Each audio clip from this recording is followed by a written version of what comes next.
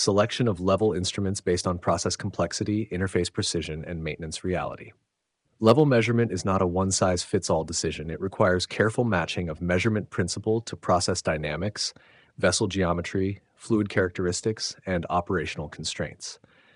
The ideal level instrument offers continuous, accurate feedback across all expected conditions, normal and abnormal, while minimizing drift, fouling, and maintenance burden. Selection must consider fluid type and phase, clean liquid, slurry, interface, foam, or vapor.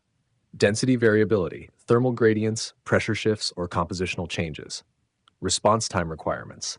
For control loops, fast-reacting sensors are mandatory.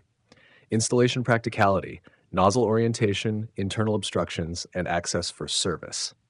Environmental exposure, high temperature, pressure, corrosive atmosphere, or vibration.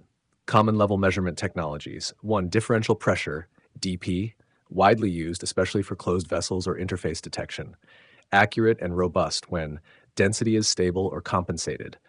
Reference leg design is correct, wet leg versus dry leg. Impulse lines are short, heated traced if needed, and sloped to prevent accumulation.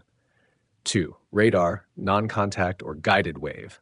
Ideal for high temperature, high pressure, or difficult fluids, e.g. Corrosive foaming. Offers high resolution with minimal maintenance. Insensitivity to pressure and vapor density.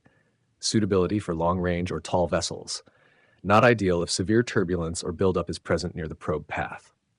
3. Capacitance or admittance probes, best for clean or moderately fouling services, particularly in interface applications or small tanks. Require stable dielectric contrast between phases, minimal coating or buildup for accurate response, correct grounding and calibration against known levels. 4. Displacer instruments, mechanically robust, often used in interface services or where local indication is required. Less suitable for very small density differences, viscous or fouling services, displacer drag. Locations with difficult access or no maintenance clearance. 5. Ultrasonic non-contact. Effective for ambient temperature, atmospheric pressure tanks, e.g. utilities, open sumps. Limited by vapor interference, condensation or foam on the fluid surface.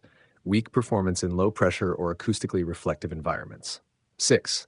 Laser or optical systems, used in niche applications where precise surface mapping is needed, sensitive to mist, vapor, or opaque fluids. 7. Radioactive level, gamma gauges, applied only when all else fails, i.e. extreme pressure, temperature, or non-intrusive retrofits. Requires licensing, shielding, and specialized maintenance. Justification for non-invasive measurement where physical access is impossible. Interface level considerations. In two-phase systems, e.g. water hydrocarbon, the instrument must clearly detect and respond to stable and unstable interface conditions, small density differences, which challenge DP and displacer technologies. Emulsions, where capacitance or radar may provide better continuity. Density variation demands compensation or segmentation.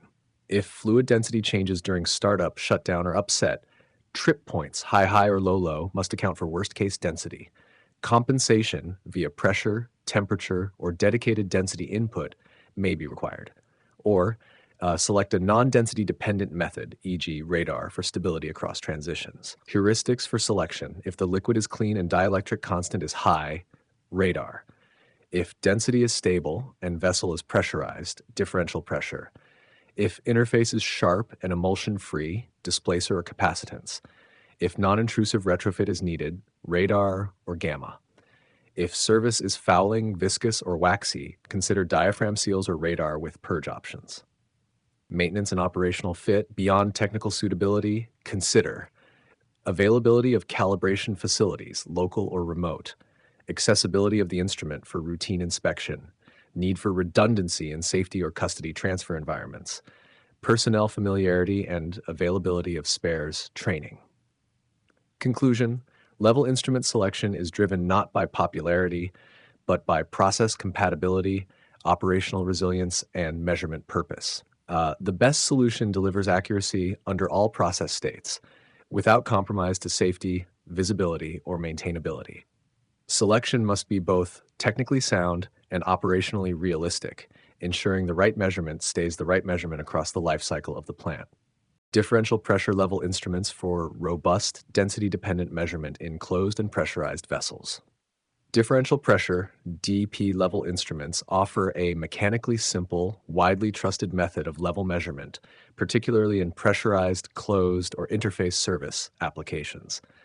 By comparing the pressure at the bottom of the vessel to a reference point, often the top or atmosphere, the system infers liquid height based on the hydrostatic head created by the fluid column. DP level instruments are highly effective when the liquid density is stable or predictable. The vessel is pressurized, requiring a sealed or compensated reference. Local staff are familiar with maintenance, calibration, and diagnostics of pressure transmitters. Redundancy or parallel loops are required for interlocks, trips, and control. Operating principles and configurations. 1. Dry leg gas phase reference used when the gas phase is clean and dry. High side impulse line connects to the liquid, low side to the gas space. Risk of condensation or fouling in the low side line must be mitigated. 2. Wet leg liquid-filled reference used in condensing or saturated gas applications, e.g. steam drums. Both impulse lines contain liquid. Wet leg fluid must be stable, compatible, and inert. Requires regular level verification and seal fluid top-up. 3. Remote seals used when impulse lines are impractical due to fouling, freezing, or long distances. Transmitters are mounted with capillary connected diaphragm seals filled with inert fluid, preferred for interface level, corrosive fluids, high vacuum, or hygienic services. Key design requirements. Fluid density must be known and stable. Fluctuations introduce error unless compensated.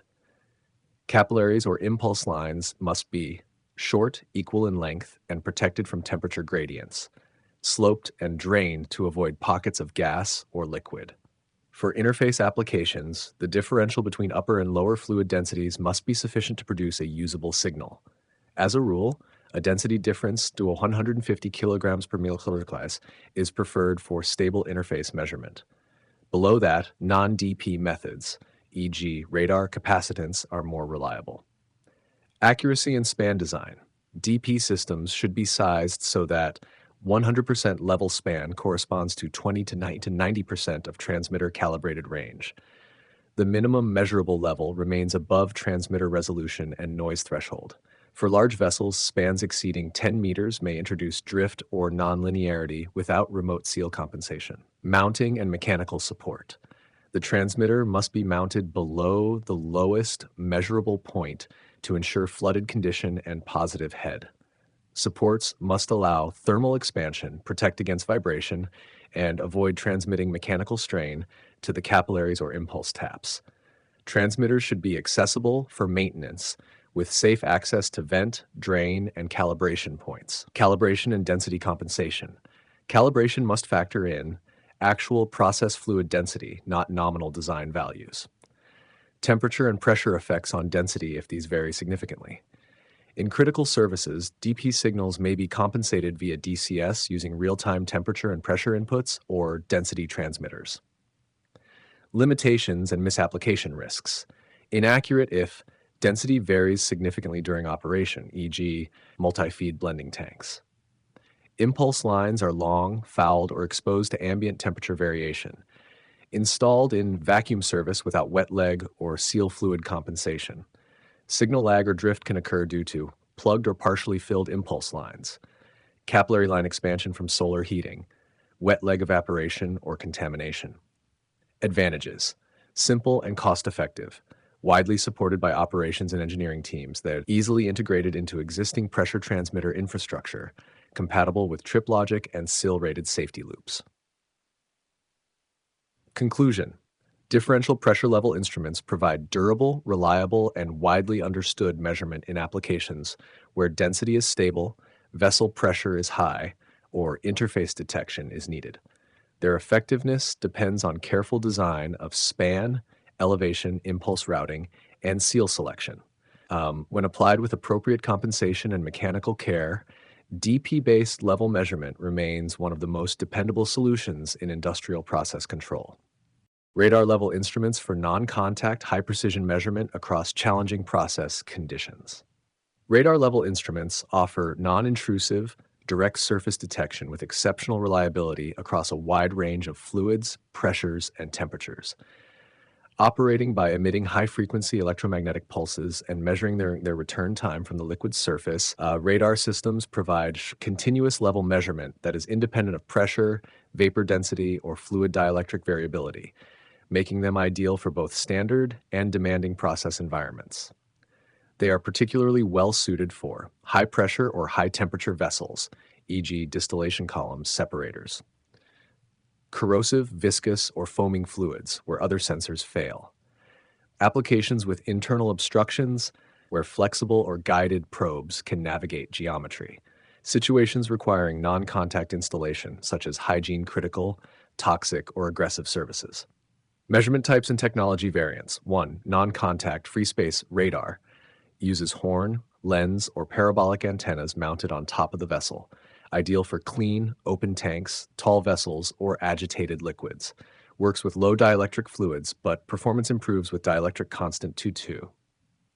Requires clear line of sight and reflection surface. Turbulence, foam, or heavy vapor may reduce signal return. 2. Guided wave radar, GWR, uses a metal probe or cable to guide the radar pulse to the liquid surface and back. Less affected by vapor, condensation, or internal clutter. Better performance with low dielectric fluids, foam, or narrow nozzles. Suitable for interface measurement, e.g. oil water, provided dielectric contrast exists. Installation requirements and good practices. Antennas must be aligned perpendicular to the liquid surface, avoiding angular reflections. For non-contact radar, still pipes or bypass chambers may be used in turbulent or agitated vessels. Avoid installations where agitators, ladders, or nozzles obstruct the beam path. For GWR, probes must not contact internal structures or walls. Mount vertically with adequate clearance to prevent bending or friction. Shorting from conductive buildup, e.g. wax or slurry, must be considered and cleaned periodically. Dielectric considerations and fluid suitability. Radar signal strength depends on the dielectric constant of the measured fluid. EDAR 10, strong reflectivity, e.g. water, acids, oils, excellent signal return. EDAR 210, usable but may require GWR or stilling wells for stability. AR 2, weak reflection, e.g. hydrocarbons, gases, powders, must use guided wave or radar with enhanced signal processing. For interface detection, guided wave radar is preferred. The upper and lower fluids must differ by at least 6 to 10 in dielectric constant for reliable separation.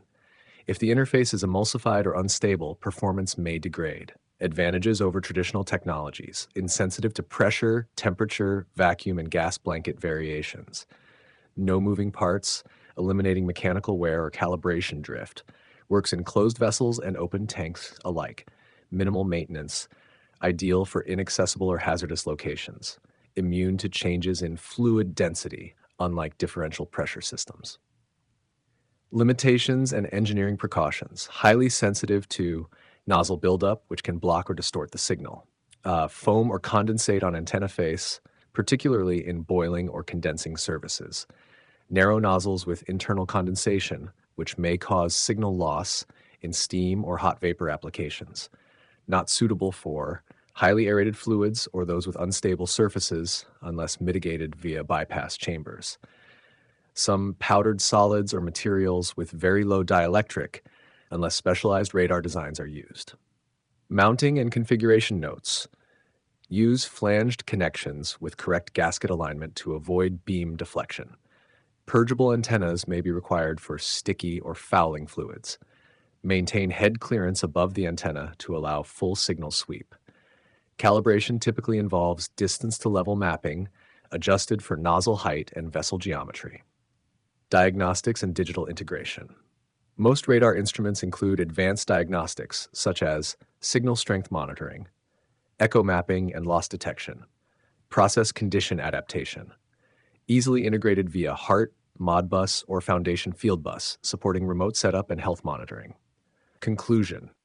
Radar-level instruments are among the most versatile and high-performance solutions for continuous level measurement in both simple and extreme process conditions.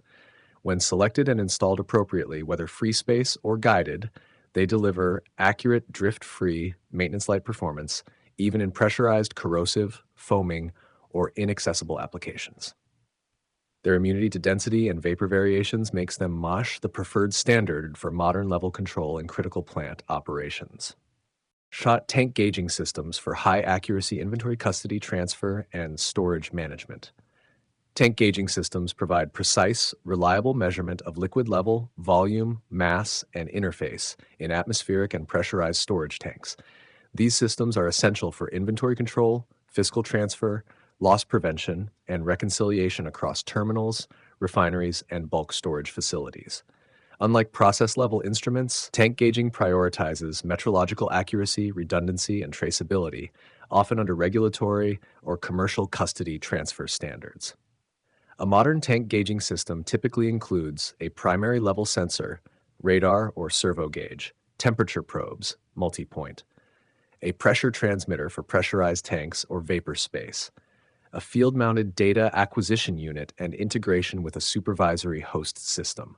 Primary level measurement technologies, 1. Radar tank gauges, RTG, non-contact, high-resolution, and virtually maintenance-free. Preferred for most fixed roof, floating roof, and pressurized tanks. Accuracy, typically my 0.5 millimeters or better, with continuous level tracking. Immune to product density, pressure, and vapor composition. Compatible with still pipes or free space. Still pipe type must be straight, vented, and clean for signal integrity. 2. Servo tank gauges, contact type instruments with a displacer suspended in the product, used where multi-interface detection or ultra-high accuracy is required. Can detect water bottoms, product interfaces, and density changes. More sensitive to fouling and mechanical wear. Requires periodic maintenance. Temperature measurement, multi-point profiling required. To ensure accurate volume or mass conversion, tanks must be equipped with multi-point temperature probes, typically 3 to 6 thermocouples or RTDs along the tank height. This enables stratified temperature correction, improved net standard volume calculation, e.g. API MPMS compliance, detection of temperature layering or product mixing. Vapor pressure monitoring and compensation. For pressurized storage, e.g. LPG, ammonia, vapor space pressure must be measured to accurately convert level to volume mass, ensure compliance with safety and inventory reconciliation requirements, feed data to mass calculation routines or tank gauging software. Volume and mass conversion. Tank gauging systems must apply tank calibration tables, strapping charts, or 3D tank models to convert level to volume. Real-time temperature and pressure corrections to compute standard volume or mass. Product-specific data, e.g. density at reference temperature, thermal expansion coefficients for precise reconciliation. Interface detection and water bottom monitoring. For tanks storing immiscible products, e.g. crude oil and water, the system must detect product water interfaces using servo gauge functionality or guided radar. Multiple interfaces if layering or blending exists.